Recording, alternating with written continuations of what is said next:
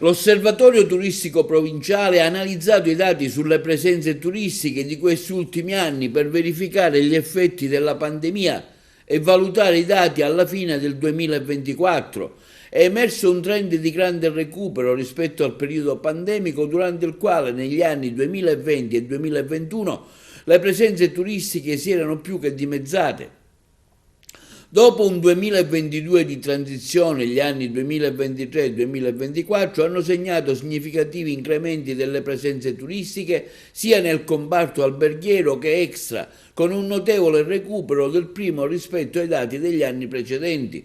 Un apporto significativo di crescita delle presenze è stato determinato in questi anni dallo sviluppo delle strutture ricettive extraalberghiere o da quello esponenziale dei fitti brevi, che hanno dato una spinta all'ospitalità diffusa con l'utilizzo di molti immobili inutilizzati o riconvertiti per tale fine. Il numero degli immobili per fitti brevi è circa il triplo di quelli classificati.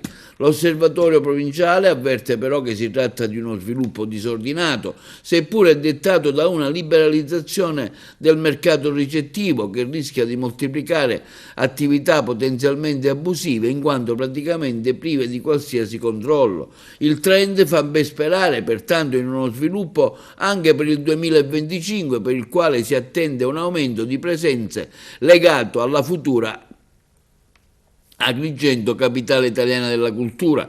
Analizzando le singole destinazioni, Agrigento, pur confermandosi una di successo di turismo internazionale, dimostra ancora la sua forte debolezza, determinata dalla bassa permanenza media dei turisti, che non supera uno giorno e mezzo, senza miglioramenti rispetto agli anni precedenti. Le altre destinazioni del territorio, tra quali Licata, Lampedusa e Sciacca, mantengono molto più elevata la permanenza di turisti, con oltre 5 giorni.